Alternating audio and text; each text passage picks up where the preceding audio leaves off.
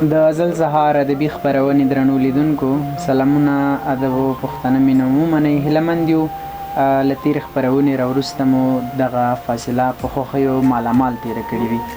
نن نو شرافت جبارخیل صاحب زموږ مېلمه دی.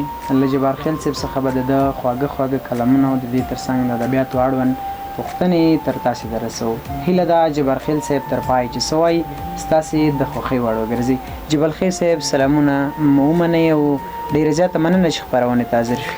سلامونه تاسو ته او ستاسو له طریقه ټولو ادب ذوق او دوستانو ته ډېره مننه چې تاسو هم موږ ته وخت راکړ په دې برنامه کې. ډېره زیاته مننه. په پیل کې به ستاسو یو کلام واورو. هیله ده د مینوالو د خوښۍ وړ وګرځي. مهرباني وکړئ.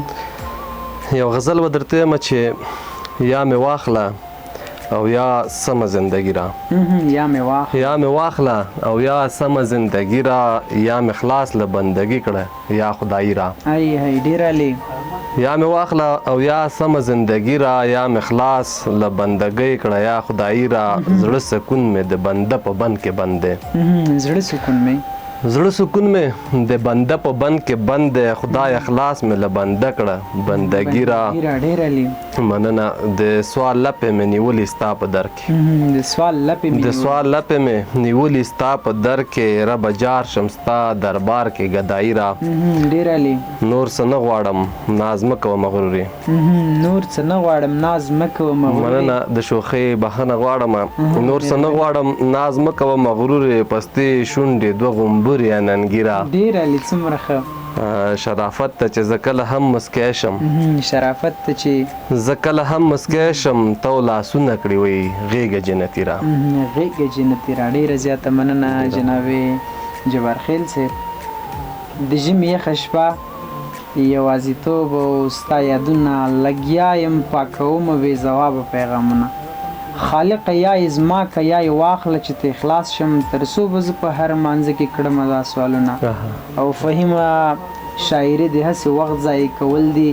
پیسې وګټه څه کوې په درد نه خوري شعرونه. فهیمه ډېره زیاته مننه. فهیمه شاعري د هسې وخت ضایع کول دي. پیسې وګټه څه کوې په درد نه خوري شعرونه. ډېره زیاته مننه جناب جبارخیل صاحب. واقعا خوږ کلام دې راواورو. که راته ووایي چې تر اوسه مو د شعر په نړۍ کې کوم کتاب چاپ شوی دی او که غواړي په راتلونکي کې خپل شعري غورچاڼ ټولنې ته وړاندې کړي؟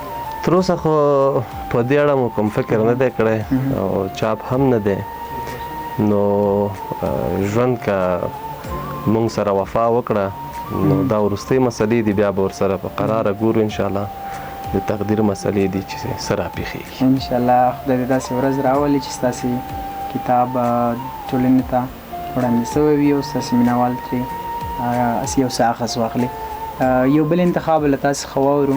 هیله ده تر پای چې تاسې څه وایي د لیدونکو د خوښۍ وړ ګرځي. مهرباني وکړئ. یو غزل به درته ووایم چې د زړه له درده نم وي په دوه سترګو کې. د زړه له درده نم وي په دوه سترګو کې. د غم د پاسه غم وي په دوه سترګو کې. ډېر عالي. زه چې کله لار کې تیندکونه خورم شین راته صنم وي په دوه سترګو کې. سم ورپسې هوا په هوا ګرځېده، ورک ورنه عدم وي په دوه سترګو کې. یو ځل په کتو د زړګی پړک چودی ځینې وخت کې بم وي په دوه سترګو کې.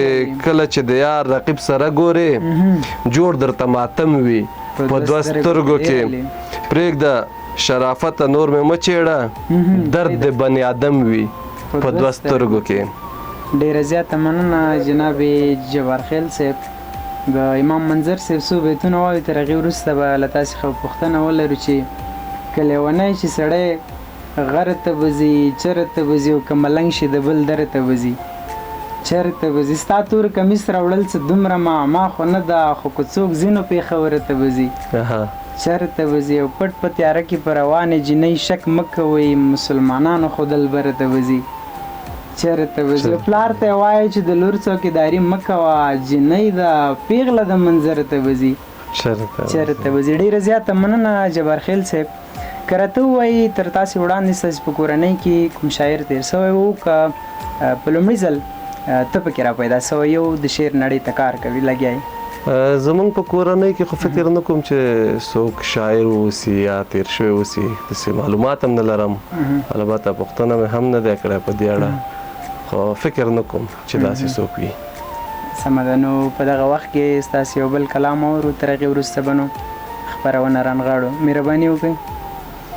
یو غزل به درته ویم چې له مندره تر منبره راشه زما د زړه تر وره له مندره تر منبره راشه زما د زړه تر وره ته د حورو په تشبیه مننه ته د حورو په تشبیه په ښایست شمس القمره د خپل رب شکر ادا کړه د خپل رب شکر ادا کړه امتي د پیغمبره د دیدن پیرزو راوکړه حسنداره منوره د دیدن پیرزو راوکړه حسنداره منوره جنتي سینه پراخه جنتی سینه پراخه و خوشبویه معطره د جبین گبین دی اخلم د جبین گبین دی اخلم گلندام سنوبره د جبین گبین د اخلم ګلندام سنوبره د سینې